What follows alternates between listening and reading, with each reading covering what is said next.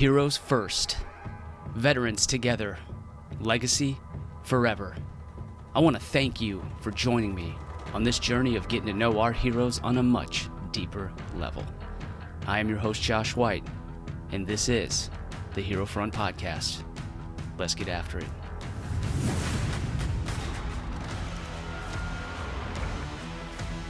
You know, I can't get this phrase out of my head here lately, and that phrase is, why not me? Why not me? It's been on my mind and on my heart because I just got done reading that very book, Why Not Me? Born to Fail, Destined to Succeed, a memoir about defying the odds. Todd M. Simmons. Now, this is one of the most incredible, most inspiring books that I've ever read. It's one of those books that when you get done reading it, it just kind of lingers with you. And I realized after reading this book, I connected with it on many levels, that I've been doubting myself as well in many situations. Maybe, you know, consciously or sometimes unconsciously, just that doubt that holds us all back. And now when that doubt starts to creep up on me, I ask myself, why not me? And I get after it. I was honored and blessed to be able to speak with this author and this incredible Airman. He defied the odds to the point where this book seemed like fiction to me. I can't believe that this actually happened to him. He's on this spiritual destiny of filling his cup and then helping others around him get there.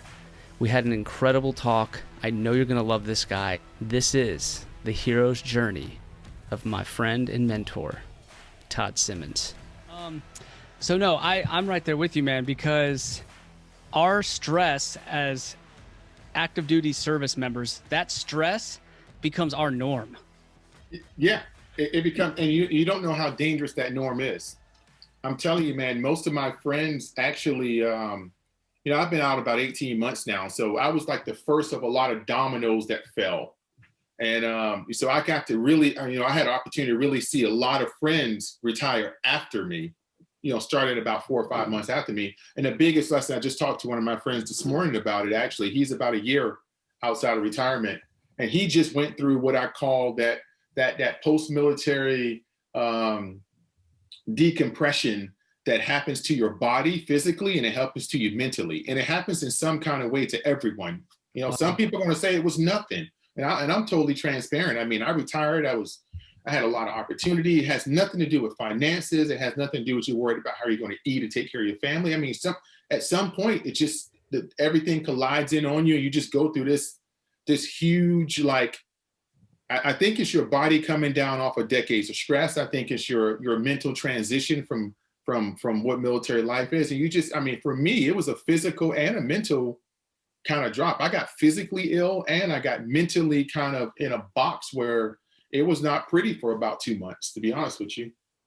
Wow. Yeah. I'm paying attention to our retirees now because, heck, I might be one in 4 years.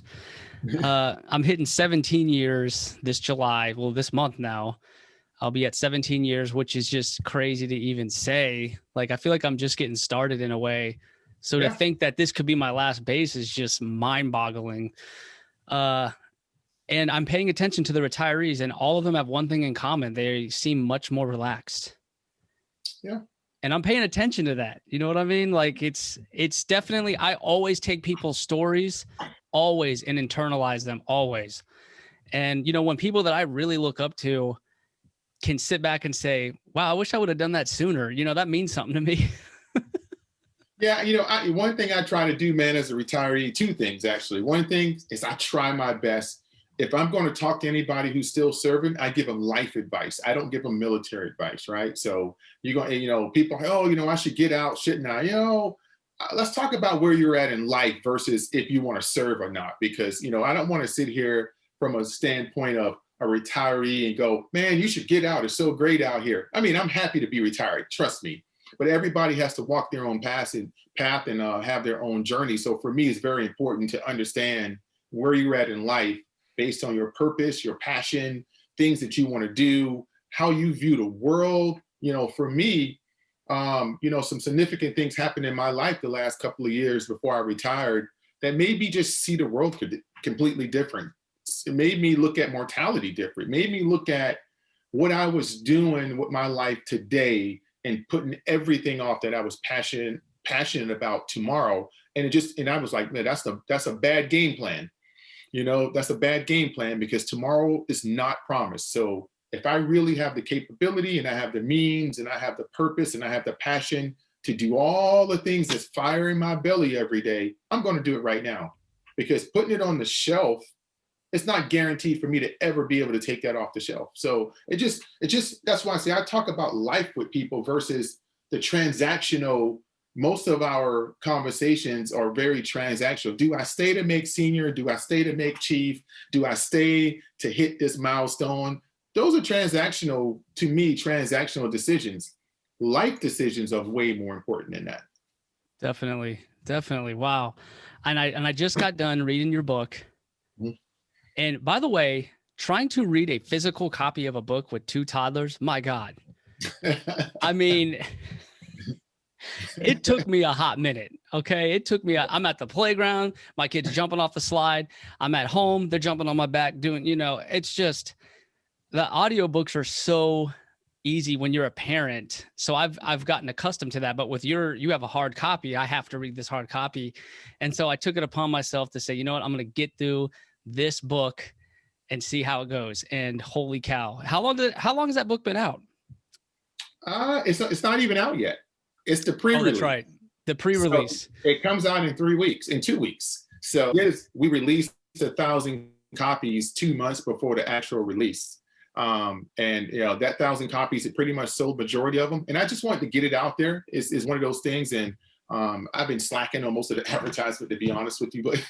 But I just wanted to get it out there. It took me it took me a solid year to get that out. So, a little over a year. So I just wanted to get it out there. So we did pre-release. Amazon is on Amazon, and an audiobook will probably come out at the end of the year. So it's one of those forever things. So we'll continue to modify and put it out in different versions and different things like that. So definitely. So do you remember when we met? We actually met. That's one thing that is special about getting to have you on Hero Front, is that we had like this real brief chance interaction. Do you remember how that went? No, not exactly. I remember the selfie. I remember the picture because you sent me the picture and I'm like, okay, I remember now. But I honestly don't remember the actual interaction. So what's funny about when I asked you before, I sent you the picture. I said, hey, do you remember me? And you said, how could I forget that hair? Yeah. Literally dying when I saw that. That was so funny. That could have been my comment when we met, because that sounds like something I'll definitely say immediately off of a meeting someone. Right. That just had me cracking up so bad. But no, I was familiar with you. First of all, AFA was the coolest TDY I've ever been on. I could not believe I was a master sergeant just now figuring this TDY. I'm like, how have I been in 15, 16 years. And I'm just now finding out this is like the Air Force Super Bowl. Like, how did I not know about this? Like, I tell all the airmen about it. Now I'm like, y'all have got to go to this at least once in your career, to AFSA or AFA. You have to see it. Like, you're going to meet all these Air Force leaders. You're going to be able to just relax and shoot the breeze with them. You're going to hear some really good speeches. Like, all those times where you see Chief Wright, like, giving this amazing speech, I always wondered in the back of my head, where the hell is that? Where is this guy? Like, where is this happening? It's AFA. It's always been AFA. And I did not know that. Yeah. So that conference changed my life, like, straight up. It fired me up more than almost anything else in my whole career, because it all kind of culminated, like, all my thoughts, my feelings, the people that I see online, the stories that I read about our leaders, and then to just be able to casually hang out with them and get to know them a little bit was like unbelievable. So you were one of those people. I was following your Facebook page that you were pretty active on, and I started noticing like certain Air Force leaders just started becoming really active on Facebook. Like Chief Bass, obviously she was killing it on Facebook. I knew about her. And by the way, I got to have dinner with her at the 12 Outstanding Airmen of the Year conference. That's how I know her. I just coincidentally got to sit at her table. And so she was one of them. There's a few others, and then you were one of them too. And you were always posting like really inspirational stuff and always was firing me up. And it was really cool to kind of learn about you and your journey and your views from someone that seemed light years away from me. You know, to get your insight was really cool. And then when I saw you, which you're over 6 feet tall, so it's pretty easy to spot you. I was like, "Hey, there! I know that's him." I immediately ran up to you and asked for a selfie, and you went straight into like mentorship mode. Like you did not let me down.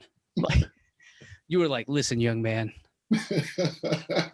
I'm retiring and I'm handing you the torch. You need to get after it. You understand? This is your airman, our Air Force, and I'm leaving.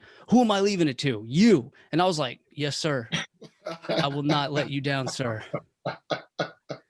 And yeah, man, you know what? That AFA and that AFSA, man, you know, I knew I was retiring that whole year of 2019.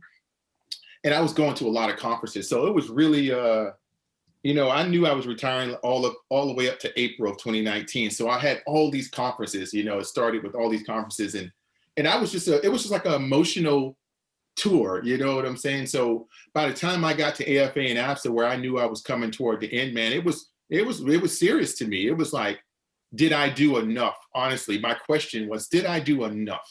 Did I do my part? It wasn't about promotion. It wasn't about any of these things that are on my wall. Did I do enough to inspire someone coming behind me to want to do this thing? I mean, because this is tough work. This is tough business. This is tough on your family. This is tough on your health. This is tough on your mental health, physical, everything. Did I do enough to show? I always worried about that. I always worried about my exec sitting down in my office. Like, did I do enough to show people that you can do this your own way? You can do this and still have a part of you left at the end. Can you do this and still look yourself in the mirror and say, I know who I am, and still walk out the door, hang that uniform up, and not be spending the next 20, 30 years, you know, of your life going, I wish I still was in, I wish I could complete this, and I wish I still was serving. And I want people, and I wanted people to know that this is your thing now. Have a good time, have fun, go hard, and leave it all on the field when it's over. Definitely. And I can relate with that on like 1/10 of your scale, probably. So base honor guard was like life-changing for me. It opened my eyes to so many things. I mean, that just did it for me. It showed me what I appreciate in life, really. And when I was at my last class, I have 30 airmen every 6 months. Mm-hmm. And when I was on that last 30 airmen, I mean, you have to look at it differently.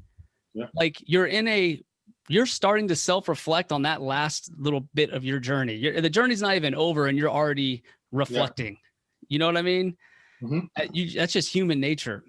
It is. And it do this. I mean, it was a good ride. And I mean, I talk about a lot of it in the book, and it was some ups and downs, but overall, I look at my career, and, I was talking to Joe and Scott.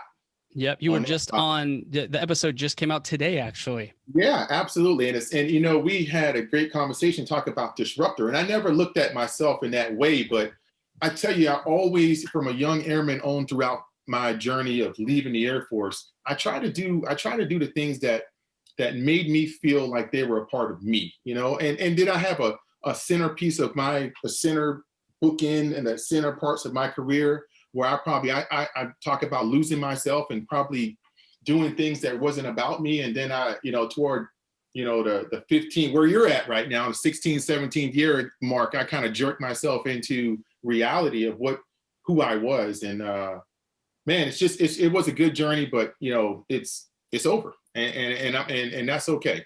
How do you feel about it? Did you leave it all on the field? I did. I think I left 100% of it on the field. I think I showed up, and it's not for me to judge. Always, it wasn't about what I think I did, and it's not about any phone call or email or text or anything anybody says positive or negative about me, even out of uniform right now. It's about, to be honest with you, Josh, I can see it in the eyes of my kids. I can see it in the eyes of my wife. I know what I gave up. I know what we all give up. I know the constant TDYs, the constant remotes, the volunteering to going on remotes, the volunteering to going on TDYs, the constant attention I gave, good or, even if folks think I wasn't a great leader, I tried my best for as many hours as I can humanly give every day. And that came at a sacrifice to my own kids. That came, and I don't, and I regret some of that. I do have that regret, if I have anything, that I didn't have balance throughout my career all the time. And when I say balance, you really, the military, you're not going to always have balance. The military is going to win. Sometimes, your family's going to win. But there are times where I could have had that balance, and it could have been that I chose to do something that probably, upset that balance in my life. For what reasons, who knows? But I think I left it all on the field, man. I gave it 100% of everything I had. I did for 25 years and 7 months and 17 days. Holy cow. And yeah, you remind me of, you know who Chief Melvina Smith is? Oh yeah, absolutely. Absolutely. So I met her on TDYs as well, but she was also at Whiteman as the command chief there when I was at Whiteman. And there was a time where I filled in as the first shirt. This is when I first started getting out of my comfort zone. Never in a million years did I think I'd be filling in for a first sergeant. I didn't even think I'd reach that. So already my mind is blown. And every week the shirts get together, and that's when I could vent to them, be like, what do I do about this and this and this? And, and then she was leaving, she was PCSing to Barksdale. And so she came and talked to us, the shirts, and I was in there, as one of them. And this was like as candid as I've ever seen her. Like I've always seen the cheerful side, that we all want to see in our command chief. We want that to be like our biggest fan, essentially, but she was a lot more candid when it was just the shirts. And the one thing I remember that she said was someone asked, like, how do I become a command chief? How do I do that? And she was like, let me tell you something. If your family is not on board, this isn't going to happen. Your family has to be all in for you to get here, period. And I was like, whoa, not what any of us expected to hear. But the longer that I'm in, the more I know how true that line is. I think about it all the time. Yeah, absolutely. I will tell you, man, the proudest moment, and my retirement ceremony, when I retired December of 19, my retirement ceremony was purposely not about me. It was about, first and foremost, my wife, because she got out of the Air Force in 2005 after a really bad, I won't use the word bad, but it was a very difficult deployment to Iraq in 2005. And, and my kids were small. And I will tell you, she got out of the Air Force. She's a captain, and she served her, she became a GS employee and then never looked back. But I wanted to give her closure in my retirement ceremony. And I tell people that, like for me, that, the crazy thing that I talked about at my retirement ceremony, the first thing is, what? I never was staying in the Air Force. I literally was never staying in the Air Force. I got married really young. Like we were A1Cs. We got married as senior airmen. We met each other and married in 120 days after we met each other. And it's all in the book. Yeah. So I had no intention of staying in the Air Force, zero intention, to the point where I tested for tech 3 times, not because I missed it. I didn't study. My CDCs and everything was in the pack. I wanted to be a school teacher. I went to school religiously to get my bachelor's degree. I was getting out my wife with the OTS. That's the story. But I ended up staying in the Air Force after my wife separated as a captain, and I was a tech surgeon. And I tell you, man, that's when I kind of committed to the Air Force. I'm very transparent about that. I always was getting out at 10 years. And so for me, I always served that other 15 years of my career. I served it for my wife and my family. I served it more so because my wife was way more successful airman than I am. She was a way more successful leader than I was. So I felt like, if I was going to stay in here, I had to do my best. That was always my motivating factor. She couldn't serve anymore. So I had to do it for both of us. But that is a true statement about the family. If your family, every time I looked at my wife and said, hey, they're offering me this opportunity. I moved 5 times in 7.5 years. My last 7 years in the military had 5 assignments. Why even unpack at that point? Yeah, well, exactly. But, it got to a point where, it was just, it was taxing, and you have to have those honest conversations. And what I tell people, and I think Melvin Chief Smith is spot on with what she said, is that you cannot have those conversations with buts. or asterisks or commas and semicolons. You know, you can't go, hey, are you on board? But you know this is a good opportunity for me. Hey, do you think we should do this even though we've been here 8 months? But you know this is going to set me up for such and such. And I've seen a lot of people have those conversations with but, and no, none of our family is going to take that but away from us, because they're going to go, I'm going to support you because I know this is important to you. But what you have to do is take a step back. And when you ask that question, you have to ask it with sincerity and honesty. You have to ask it with a place of honesty and be willing to know that if my family's truly not on board, which you know if they're not, am I willing to not go take this opportunity? I came home in Colorado Springs from the Air Force Academy, great assignment, beautiful place, only was there 14 months. And I said, hey, I got this opportunity to go to the desert for a year before, you know, but it's a great opportunity for me and blah, blah, blah. It's my dream job before the response can even happen. And I'm just being transparent. Like most of our spouses and family will do, they're going to support you because that's what they do.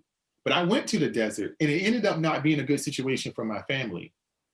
And it ended up being, my family didn't want me to go, but they all said, oh yeah. And it ended up being not a good situation for my family while I was gone. But if I would have just taken that but out of the equation and go, hey, there's an opportunity for me to go to the desert. Let's talk about how this is going to affect us, and gave everybody a really honest opportunity to talk about it, then I probably wouldn't have went to the desert, because I would have heard what my daughter said. I would have listened. I would have actually been able to listen to what my wife was saying, but I didn't. I went, but this is a great opportunity. And what's the response? Oh yeah, we support you, because no one wants to be the person who lets you down. But that's my biggest advice to people who are aspiring to be these things, right? Oh, I want to be a first sergeant, or I want every first sergeant, master sergeant, every master sergeant who came to my office is command chief. I want to be a first sergeant. Got it. You're a great senior yourself. Let's talk about your family. I spent the entire time talking about their family. Well, what did your spouse say? What did your kids say? Oh, I really didn't talk to them. I told them I wanted to be a first sergeant. That's not what we're doing. Yeah, I've been in that boat. I never thought I would be. It's stuff you see on TV, in movies. Like, you don't think that's going to be you. And then I found myself, you know, flying high after that honor guard tour. I had an offer to be a first shirt. And I was like, you know, I ran it by my wife all excited. And she's like, what? You were just gone in honor guard for 2 years. Why would I want you to be gone again as a shirt? And I was like, oh. Good point. Yeah. And I have 2 young kids. I have a 4-year-old and a 2-year-old. So yeah, I nixed that. But sometimes, you know, it's not that, you know, there was a time when I committed to when I knew I was going to stay in, I wanted to become a TI. I did. I wanted to become a TI. I really wanted to be a TI back then. And I wanted to volunteer to be a TI. And I did that. So I had my times I didn't listen, and I had the times I did listen. Mm-hmm. And I just came off of being an investigator and deployed a lot and stuff. And I just, you know, I was always gone and all these things. Now I want to become a TI. And my wife really, you know, gave me, and before I could say the but, she gave me like, I don't, you know, that's not going to be good for us. We got 2 young kids. And at the time, you know, the reputations back then, before, you know, back in the day, TIs worked some, they worked some really, really, really, they worked long hours now, but back then they were really, really short staffed and worked some long hours. And she was like, that's not what I want. You know, I don't think I can handle that. You'd be gone all the time with 2 small kids. And I listened, and I did not become a TI. So sometimes, you know, it's not about something's being taken away from you. It's not that something is, you know, at the end of the day, to be honest with you, Josh, I could tell you, there's no prouder moment in my career than to look at my front row of my retirement ceremony, because that's what it's all about. Because at the end of the day, you want those people who started this race with you to end this race with you. And a lot of folks don't get that opportunity. And I'm blessed to have that opportunity with my kids and my wife and my mom, my brother, and everybody was there. But your nucleus, your family, the people who have packed bags and dragged bags through airports and been on 14-hour flights and have missed you for 6 months. And all of those people, they need to see that finish line. And sometimes you have to make sacrifices just like they have made sacrifices to get to that finish line.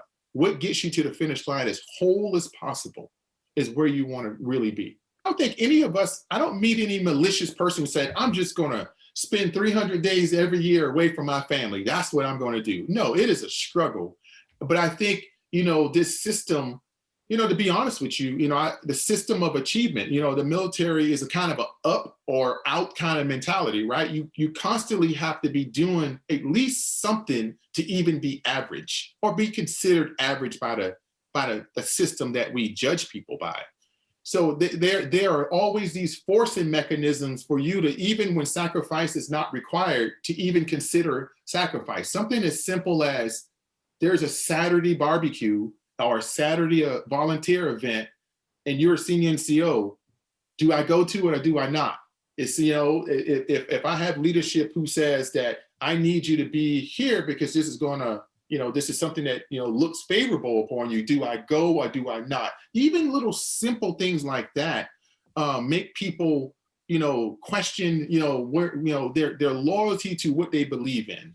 And it's just, it's the system. It's the system. But what I tell people is always do what makes you feel happy and what's going to keep you and your life sustainable. Because at the end of the day, that uniform is going to come off. And you have to be in the house with these people. You have to set up another life with these people. You have to move on from the military with these people. So what you don't want to do is recreate a whole nother way of life that is not something you didn't live for the last 20 years. So if you were just gone sacrificing on Saturdays because you were chasing this thing, now you're home, you're probably going to try to find something to either replace that with, or you're not going to have any connectiveness with your family to even take advantage of that new time that you have. Wow. That is some really good points. And about your book, by the way, your book blew me away. Your book doesn't even seem like a true story. Like, it seems like a fictional story. You know what I mean? You know what? Writing this book made me, I took a lot, to be honest with Josh, I took a lot out of this book. Wow. I probably took a good 40 pages out of that book. Holy cow. Because I didn't want to take away from the story with too much what I considered negativity, right? It would have been too long to get into the what I was really trying to say. I think I said enough about things that have happened to me pre-military to get the point of where I was trying to go. I think if you look at, Todd as a kid growing up to where you ended up is just unbelievable. It's unbelievable that you went from here to here. You know what I mean? Like, most people have way more of a head start and don't even come close to that. Not even near that. And so I was just blown away by the story. I truly was. And I connected with it on a lot of levels. Like, there was a lot I could relate with. Yeah. Like, I didn't have a poor upbringing. My dad was actually enlisted and then retired as a major. He was in the active guard out of Andrews. I grew up in Waldorf, Maryland. Luckily, we didn't have to move around too much with him switching to the guard. But divorce pretty much ripped my family apart and caused me and my siblings to have a lot of neglect and to watch our family go through this turmoil. Like, it gave me a ton of baggage that, hell, I didn't even know I had until I was out in the real world on my own. And yeah, it went kind of south for me my first 6 years in. It wasn't good. It was not good. The fact that I'm here as a master sergeant is the biggest win for me ever, that I'm here today. So, when I read your story, I was really relating with you on that. And then, like, facing mental health struggle, like facing that, really owning that and being able to share that. Like, that's what I'm all about. And the fact that we were kind of entering into this age of, like, that's okay. Like, I'm going to use this last 4 years to, make airmen open up and feel as comfortable as possible and show them that, like, today I talked to a counselor, like the BHOP counselors that you can, Yeah. I talked to one today. Why? Because I don't want to tell my wife all my problems or my dad or my mom. Like, there's a certain point where your family can't help you, they're biased. And so I'm going to use the tools that I have available, which is a BHOP provider who I can call from my office, get stuff off my chest, and get honest feedback from this person. I did that literally today. Yeah, and I applaud you for that, man. I tell you, man, I was at AU, man, and I tell you, I never forget. I tell this story a lot that I walked into see a B hop, right? I was in there for something completely different, right? And then I filled out the little form basically that says that the form that essentially most of us lie on for majority of our career, where they, you know, when you, the intake form at the hospital and they tell you how you feeling today from a 1 to 10. I really filled it out correctly that day. I think I put like a 3 on there or something, you know, and have you been having these thoughts and all this stuff? And I filled it out correctly. And this day I was in my blues and I had my my lightweight jacket on. So I had my stripes on my lightweight jacket. So, and my picture is up literally right next to the They probably thought you were like testing them or something. Yeah. So I give him the form and he looks down at the form and he looks at me and he looks down at the form and he looks at me. He did it like 4 or 5 times. But you know what? I tell that story, yeah, it's kind of, you know, can be a funny story when I tell it, but I tell a story out of sadness too, because I'm the command chief. I'm the senior most enlisted person on this base. And I have an airman that's just totally in shock that anything would be wrong with me. Right. That's how abnormal it is for someone in that position to admit anything like that, period, dot. And it was embarrassing. It was, and I talked to the B-Hop that day in uniform. I went back to the B-Hop a couple times in uniform. But that interaction with that A1C really ratcheted up my speaking about mental health. You know, that was probably about a good year before I retired. That really ratcheted up. You know, I mean, even the first time I went to the B-Hop, and I tell this story, and I think she probably was working with the military for she told me 12 or 13 years at this point. And she was with the Navy, she was with the Air Force. And she was looking at my uniform the first time I went and spoke with her. And she was looking at my uniform and she was looking at my stripes in the star, and she had a rank, you know, the rank chart on her cubicle thing. And she was looking at it and she looked at my stripes and I said, you know, what's up? You know, she was like, I've never seen one of those in my office. I've never seen one of those close up. She was talking about my stripes. Wow. Again, I was embarrassed. I was a chief for 7 years. And I'm not saying this is a chief thing. This can be anyone, right? I was just embarrassed for myself that I know I've been in mental health as a chief. I've been in mental health as a senior math sergeant. I've been in mental health as a math sergeant. I've been in mental health as a tech sergeant, a staff, A1. I've been in mental health. I've been seeing a chaplain for about 20 years of my career. For some, you know, I've had anxiety, I've had depression, I've had all of these things. And I have, you know, that things that I still deal with. And I just felt that, you know, when we talk about what's the key to solving mental health, and it's not really, I hate when we use terminology like that, but it's about just what's the key to solving anything. It's about honesty. It's about transparency. And I'm not no hero, because it was a part of my career where I did not talk about this stuff. So what I'm trying to say is, the more we become normalized in this conversation, like, I don't know how many, I grew up as security forces, 20 years. I don't know how many offices I worked in or how many organizations we all work in, and we see the in and out board, and anybody will go to that in and out board in a heartbeat and put, going to the dentist appointment, I'm going to my PHA, I'm going to my physical therapy. I know I've supervised a ton of people, you've supervised a ton of people. How many times your folks come up with no hesitation? Hey, sorry, I'm going to the dental appointment. Hey, I have physical therapy on my back today. Hey, I have all these things. Hey, my kid has this. They'll talk about all of these, but no one rarely ever comes up and go, hey, Sergeant White, I'm headed over to mental health for my B-Hop appointment, or I'm headed to the hospital. Why is that the negativity that stops? I mean, why is that the line that we stop at? I don't understand. I think it's up to us to normalize it, though. Yeah, I've had young airmen come tell me that they were going to get treated for, you know, a STD. I'm just being, just honest. They'll feel comfortable enough to come tell me that, but they can't tell me they're going to mental health. Right. No, you're right. That is a really good point. And I work in public health, so I appreciate that point. So no, and I'm just, I'm not trying to make a graphic analogy. What I'm trying to say is that's how shameful we have made a conversation that's not shameful. And I know plenty of people who wear chief stripes. I know plenty of people who wear, oak leaf clusters, colonels and stuff, who will do the same thing. but I'm just being real. It's not normalized where it's enough. Right. And it's not because it's not normalized where, because for me, and it's a heavy burden. It's not a burden. It's a heavy thing to carry, right? So if you're going to be in that space and own the things that are going on with you, but you got to be ready that people are going to trust you enough to tell you the things that are going on with them. And what do you do with that, right? So you got to have a little bit of empathetic characteristics to be able to accept the fact that people are everybody around you.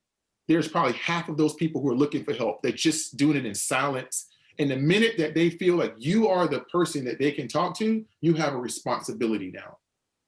And sometimes I think that's the other side of the fear about talking about our own individual problems, is that, hey, how do I deal with this, my own issues, and how do I deal in a position of leadership with other people's issues? Because it's easy to become a checklist person, right? One of my biggest flaws as a leader is because I followed a checklist. Biggest flaws as a leader is because I followed a checklist and did not follow human compassion. Because what I did as an airman I followed everything that any one of us would have done. Got you help, escorted you, all of the things that I've done, but I did not sit down and talk to this individual about what I dealt with at the exact same time in that person's life that they were dealing with it. So you had this opportunity to open up and really connect with this airman and say, hey, I've been there, I've been through it. But instead of doing that, you went to the checklist because that's the norm. Follow the checklist. And I'm very open about it is the most difficult moment and I don't know, I mean, this person thankfully survived, but they attempted to take their life 2 days later after they were in my office talking to me about having, they went to the shirt and they ended up in my office because we were trying to, talk to them and see what was going on. And we got them all the help. We followed everything in the checklist, but I never, ever looked this 19-year-old airman in the eyes and said, you know what, when I was 19, I tried to take my life as a cop in that same beret. Wow. Like, I don't know what you're going through, but I can definitely empathize with what you're going through. And I know what it feels like to feel like there's absolutely nothing else left. And I was on a flight line about a half a pound of pressure from taking my life with a rifle in my mouth.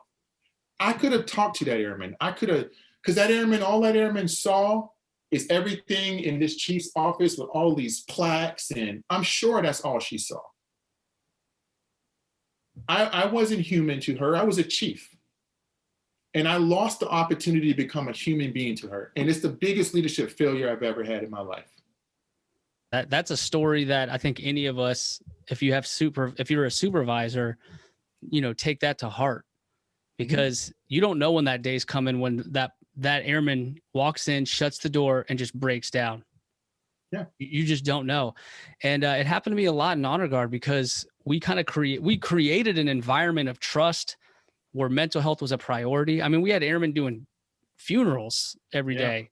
That's a dark place. If you don't keep them motivated and show them love and support and invest in them, if they're not doing good, that job can only make them worse. So you got to make sure that you're checking on them and being available for them. And there was a lot of airmen that came in my office breaking down on the verge of wanting to end their life from something that happened to them that they just never spoke about, whether that's an assault, whether that's a suicide in their own life that they were dealing with one of their family members.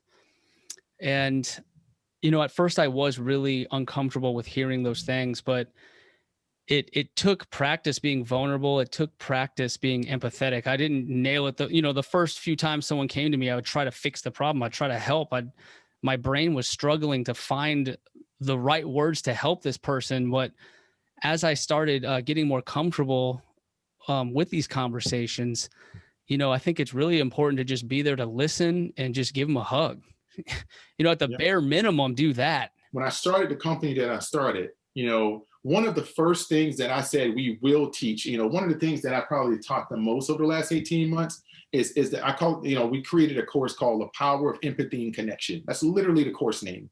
And it literally 3 hours, some up to 3 hours of breaking down the empathetic principles, the breaking down how, and giving you tools of listening, of seeing through somebody else's perspective, to feel what someone else is feeling, and why that's so important to take your own biases out of the equation, right? Because it's easy for us to go the but. It's always that but we are like to put in. We'll sit there and we'll listen to someone, and we are already formulating the answer of, oh, they can't, I got to replace them on this shift.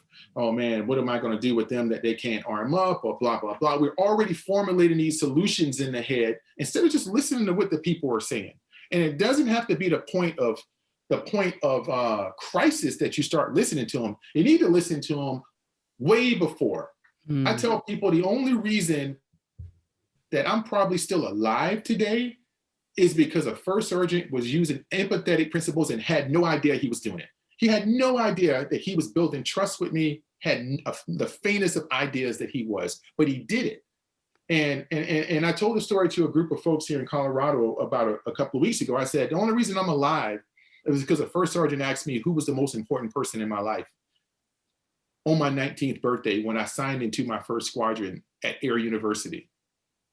And he just asked, just like a ton of other questions he asked. Oh, what flight you going to? Hey, who's the most important person in your life? I said, my mom. And I just didn't think anything of it. Every time that guy came through the gate and he had an opportunity to stop for 2 seconds when I was on the gates of Air University, he'll say, hey, what's going on, Airman Simmons? And what do you think the next question was? How's your mom doing? But I didn't think anything of it. Josh, I didn't mean, okay, cool, I got all this traffic to wave. But the night I tried, the third night that I wanted to take my life, 2 nights in a row, and the third night I called my mom and told her I was going to take my life, and I tore up that phone booth, and I got so pissed off, my shirt happened to be doing a dorm walkthrough that night.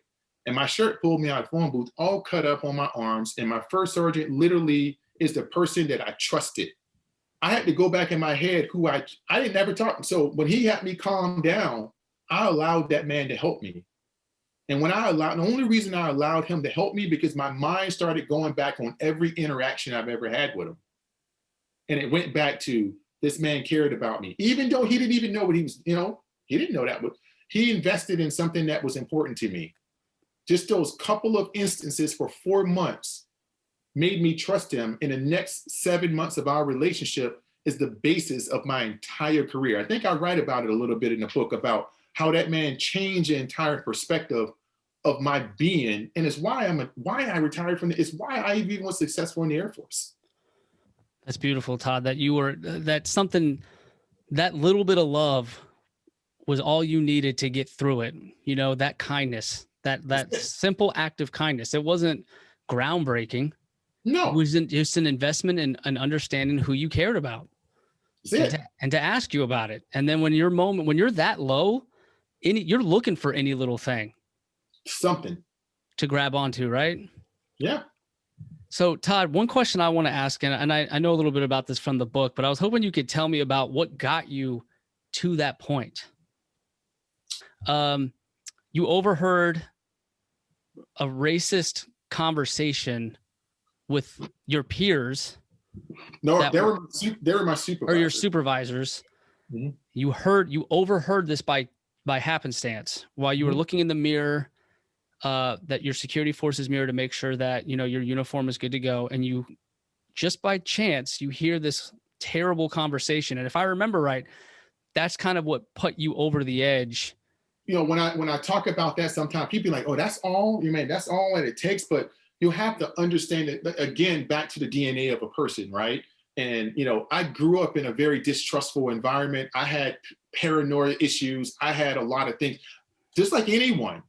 When I start a lot of the courses I teach, the first 30 minutes I talk about is you have to understand all the baggage that people and all the things that people put in their rucksack over time, right? Just because the airman shows up to basic training, they're not some clone recreated with some blank slate that we're going to inject everything in. They come with a lot of stuff, right? So I came into the Air Force with a lot of stuff, dude, like a lot of stuff. In the Air Force, I felt that saved me. My recruiter was a fantastic staff sergeant who literally did everything in his power to get me into the Air Force. I mean, I cannot thank him enough to this day. I didn't even pass the ASVAB really. I scored just as low in the ASVAB to get in the air. He got me in the Air Force. So when I got to I went to basic training, came in open general. I did not want to be security forces, to be honest with you. The Air Force selected to be security forces. It ended up being the best job. I didn't cross train. I made chief as a cop. So I stayed at security forces all my career. So I will tell you, for me, when I got, I did well in basic training, did very well in tech school and all of that. Got to my first base. I was so excited, Josh, just like all the airmen you see show up to a base today, right? They get to their first base and they are in love with this thing called the United States Air Force. We may talk to them a year later. Those stats may not be as high as they were when they first got there. And I got to my base, and at the time they had what was called like an elite gate guard section, and you had to be selected. I'm tall, like you said. I'm slender. I'm 150 pounds. Blah, blah, blah. So I'm on this gate section, and it's a fantastic opportunity. And I had a supervisor who actually was a senior airman who picked me up from the airport. And I thought this was a fantastic guy. He never, picked me up from the airport, never had any issues with him.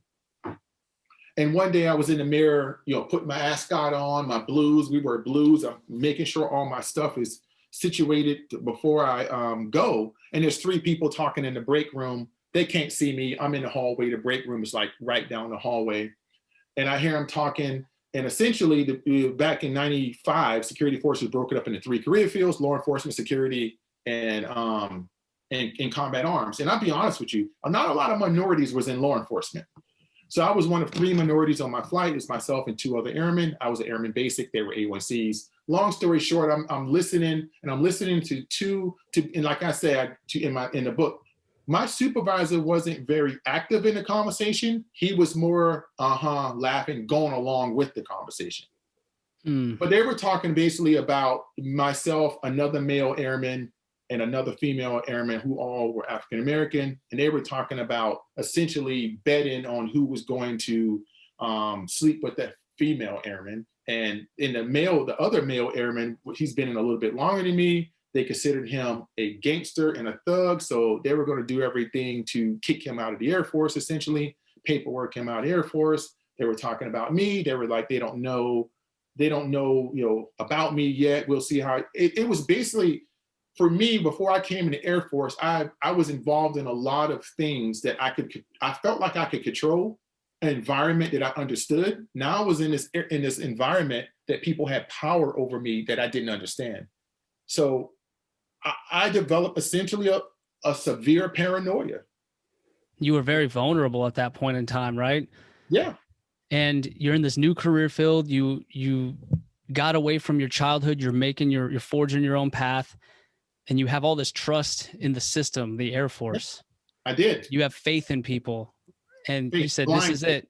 I can succeed here. I can do this. And then you hear that and it derails the entire thing. The trust is gone. And what made it worse is that your supervisor was a great guy. And then you hear him just kind of going along with this conversation. So you're like, well, you feel kind of betrayed at that point. And everything that led up to that point in your life, that was one of the worst conversations you could have ever heard, because it destroyed all the trust that you had in the Air Force. It was terrifying. And I felt isolated. I felt alone. I was away from home for the first time. I was at my base for literally 3 months when this occurred. Wow. I was in a new environment. I was an airman basic. I didn't, I barely even had a car. I was very alone. And for the first time in my life, I didn't know how to handle adversity. I mean, if you read the book, I knew how to handle adversity my first 18 years. Adversity was my middle name, but this new environment, honestly, for not another month and a half, I just shut down. I literally shut down day by day. Every day I came to work, I shut down a little bit more. My supervisor would come talk to me, and it got to a point where with my supervisor, it was essentially yes, sir, no, sir. And nobody ever noticed anything was wrong with me. That's depression. And I just literally shut down. I stopped sleeping. I started feeling like anything that was said that I couldn't actually hear that was said was about me. If I saw those same individuals talking somewhere, They didn't know I was out there. These three airmen, they were two of the three. Well, they all were senior airmen. Back then, senior airmen were in a little bit longer, so they were like 7, 8, 9 years in the military. Here I am in the military 1 year. I would see them in the dormitory, and I would just, freeze up, or I just would not say anything. It was always felt like there was a target on my back. And what do you do? It's not like, when I was 16 years old, if there was a target on my back, I'm going to fight. I can fight my way out of it. I can do things. I can be active in the participation of protecting myself. In the Air Force, what am I going to do? I'm going to go punch the senior airman in the face, or I'm going to go confront the senior airman, or I'm going to go snitch on the senior airman to the tech sergeant that doesn't look like me either. And I don't know if in my mind, is he in cahoots with them too? So. Wow, that's heavy. So I found myself on a flight line alone on an 8-hour shift, and found myself just at something I never in my life even considered or thought about, and found myself ready to take my life. And that's why I always tell that first sergeant story, because trust was broken with me, Josh. I'm talking about broken. I was done. I was trying to figure out how to get out of the Air Force as a one-stripe airman. Like when I was going through my help, I was like, hey, let's just call it good. Let's just call this thing a mistake and let me go about my life. And it was my first sergeant who went to bat and took me on a deployment to Cobar Towers. If I didn't go on that deployment to Cobar Towers with my first sergeant, there would be no Air Force, because there was no scenario that I was staying at Air University. There was zero scenario. I even said, you have to let me out of the Air Force. I do not want to be here. And that first shirt, not only did he give you those encouraging words and help pull you from that dark moment, but then he took you on a deployment and got to spend a lot of time with you, right? Mentoring you, telling you all about the Air Force and the traveling that he's done. And he seemed to really be a great mentor to you and really inspire you. Absolutely. To a point, I tell people that man changed my life so much about what you just talked about, that I left Air University 367 days after I got there. So I was there a year with a 4-month deployment trying to take my life, everything. And I went overseas as an A1C and came back as a senior master sergeant. Dang, you were gone for a hot minute. 17 consecutive years. Overseas. Wow. You're a world traveler. And the only reason I did that is from conversations with the first sergeant at a Chinese restaurant. On the napkin. He wrote 8 bases down on the napkin, and I spent 17 years, dude, following those doggone bases. I thought that was so awesome that this encounter of him just telling you the bases, literally writes on a napkin where you should go, and then you do it. Yeah. I mean, that's incredible. This is what I'm saying. It seemed like fiction. Yeah. So I tell people all the time, I say, there have been some great leaders after I left Air University as an A1C. I can name some great chiefs who always said, hey, man, you should go here. Hey, you should go to this assignment. I had a senior master sergeant first sergeant tell me in 1995 where I should go. It's 2005, and I'm still listening to a guy from 1995 who I have no contact with. Wow. You just don't know like the impact you have on someone sometimes. That is the point. You have no idea when they say you put, and it brings chills down. I just got a chill down my neck because I can feel it. I can actually physically feel how much of a turning point those sessions were, how much of a turning point, how I believed in a human being and what they told me so much that nobody else can tell me anything. But that's the point of why I tell that story. You never know who you are going to impact, and you never know how that impact is going to change someone's life. That's just the truth. You had such a bad experience at my first base with everything that I came back as the command chief. You came back to Air University. The same base that almost broke you. You now are leading the way. How crazy is that? I think it's your destiny. I think it's a manifest destiny in righting the wrongs of the past. And the reason I say that is because I connected with this part of your book too. I hit an insane low moment when I was at Whiteman Air Force Base. My only coping skill was drinking. And I basically had a mental breakdown one night when I took about a month of leave. And then I took all that weight off my shoulder, and then having to come back to work after a month, I just wanted to quit. I just wanted to give up. And that night I had like a panic attack, which I didn't even know what that was. And, you know, I can look back and say that's what happened. Had this panic attack, and thank God my dad answered the phone and was there to help calm me down because I was losing it. You know, I felt like I just could not go on anymore. And I ended up getting a heart virus. This is a long story for my own podcast, but I ended up getting a heart virus and almost passing away. Luckily, I made it through that dark time, and I got out of there, and I moved on with my life. But a part of me always wanted to go back and redo that time. As I just felt this longing to go back, like it was just calling me back to write that past, and I got to go back. Just like you got to go back. I got to go back, except this time I had a wife. I ended up having my 2 kids. I became commander's exec to Colonel Henderson, and she showed me the ropes and mentored me for a year, which led to me going to base honor guard and just changing my entire life. And it just felt so liberating to go back to this place that almost killed me and to leave with it being the best base I've ever had. Man, I tell you, man, I can relate to that, Josh. So on so many levels, man. I think I put a picture in the book where the day I moved into my house, and I walked out the top of the stairs of my house at Air University, the command chief house, and I can literally see the spot where I tried to take my life. Todd, you were meant to be there. You were meant to come back. Like literally, dude. I drove past every day to work, past the point of where I wanted to kill myself. I mean, how did that make you feel seeing it as a command chief? It was empowering every day. Every time I walked in my building, most mornings I felt just ready to like take it on. I would never allow your story today to define you, right? I would always talk about, look, I drive past the spot as a 19-year-old kid that I wanted to take my life every day. And I get to walk in a building that I never was in when I was stationed here and be the command chief here. So, I mean, it was empowering to know that you don't have to finish. I mean, I think that's what fuels me. That's what always, I'm very, this might sound weird. I'm not thankful that I had a mental break at my first base, but I'm thankful for what the outcome was. Because it taught me so much about myself. And even though I had other mental health issues throughout my career, I always knew how that feeling was, and I knew how to go get help. And I think that's why for me, mental health has never been a shame or a badge of dishonor, because I knew what rock bottom felt like. So for me to be a chief and to close my door at the Air Force Academy because the chaplain was visiting me, I didn't go to the chapel. Chaplain visited me in my office in the squadron.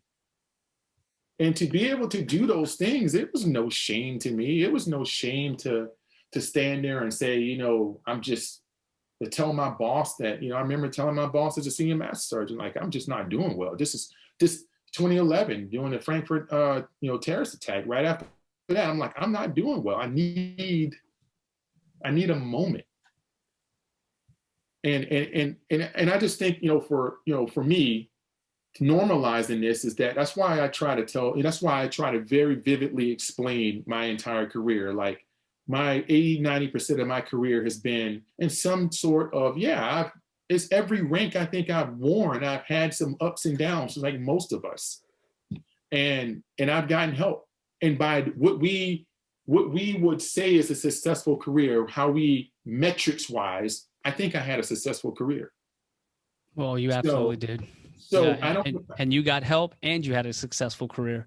Exactly. That's my point. I'm like, so if we can be transparent about this, get the help and still be successful, that's a win. And I believe in my heart of hearts that we can. I don't know what the barrier is. I just believe that we can. I know that when I hadn't met you yet and I saw some stuff online, you posted a picture where you were wearing a shirt that said, I got help. Yeah. My daughter, actually, we sell those shirts right now on our site. We just put them up last week. So if you go to www.courageouslead.com, go to our store, I have 2 shirts that my 19-year-old daughter designed. Wow, and that's amazing. It's one says I got help and one says I'm in therapy. I'm definitely getting that 100% right after this conversation. I'm going on there and getting me one because I thought that was very powerful statement. I know it's just a shirt, Yeah. but I didn't at that time know what you were all about. I just knew you were this fired up, successful chief that I love to see, you know, your motivational posts and speeches. I was all about it. But when I saw you wear that, it really piqued my interest. When I saw you were wearing a shirt that said, I got help, I thought, does he mean mental health? Like what is it? It really, It says stop the stigma all the way around it. So the whole border says hashtag stop the stigma. because I didn't start really advocating for mental. I've always struggled with it, but I hadn't truly started facing it until the last few years. So that definitely was encouraging for me to see you making that statement. And I thought in that moment, you know, it's actually more brave to be vulnerable than really any other emotion.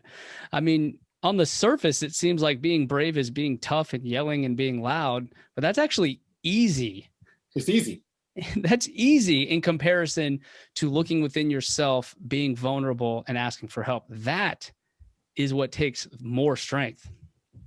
Yeah, and I tell people, and I'm very transparent. Look, this morning I got up and I was out on my patio in my backyard for at least an hour, feeling like everything, like a heavy feeling over me, and feeling like, you know, like a fogginess of, oh, I can't do this. And then you snap out of it, and then you go back. You have to go. You know, I go through my exercises. Life is life, man. So, you know, I own what the things that I have to, you know, to do to have a happy, fulfilling life.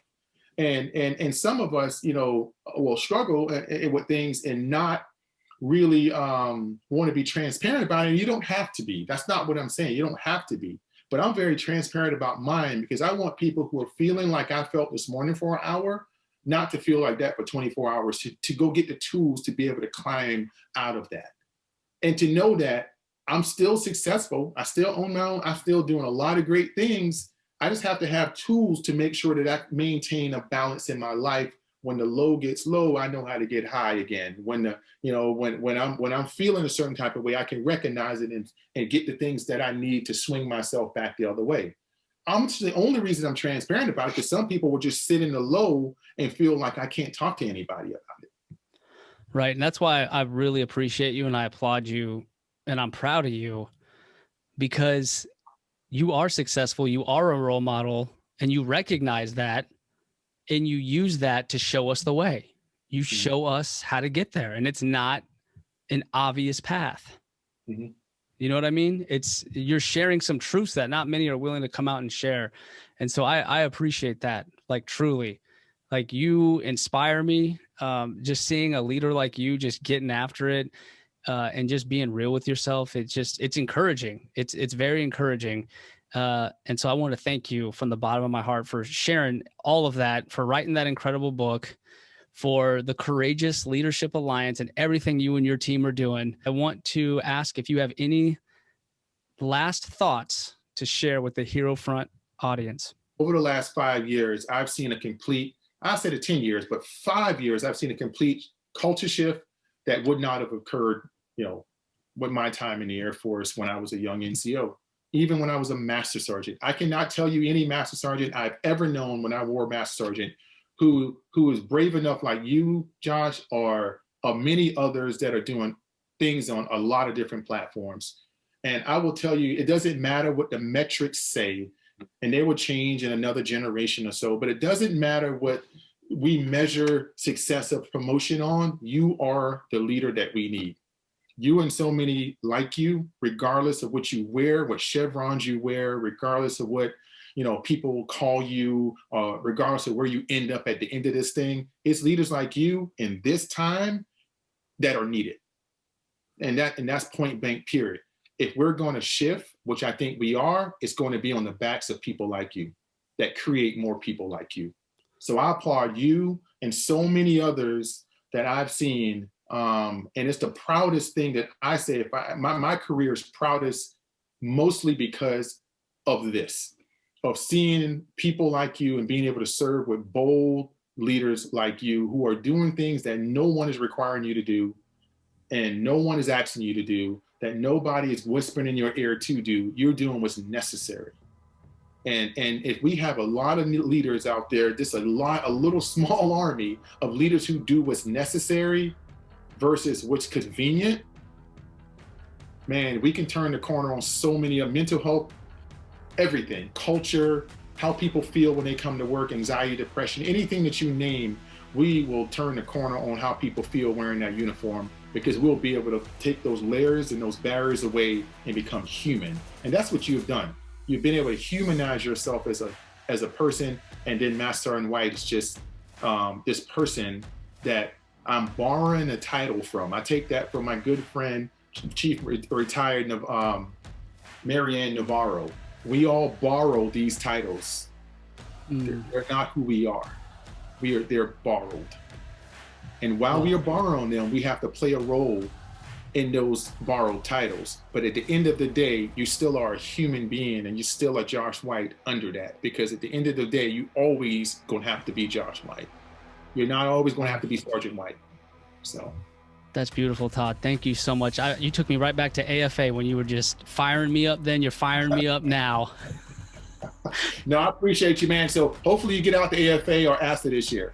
Oh yeah, hopefully I get out and I see you again too. We get another selfie. We're putting it on that wall.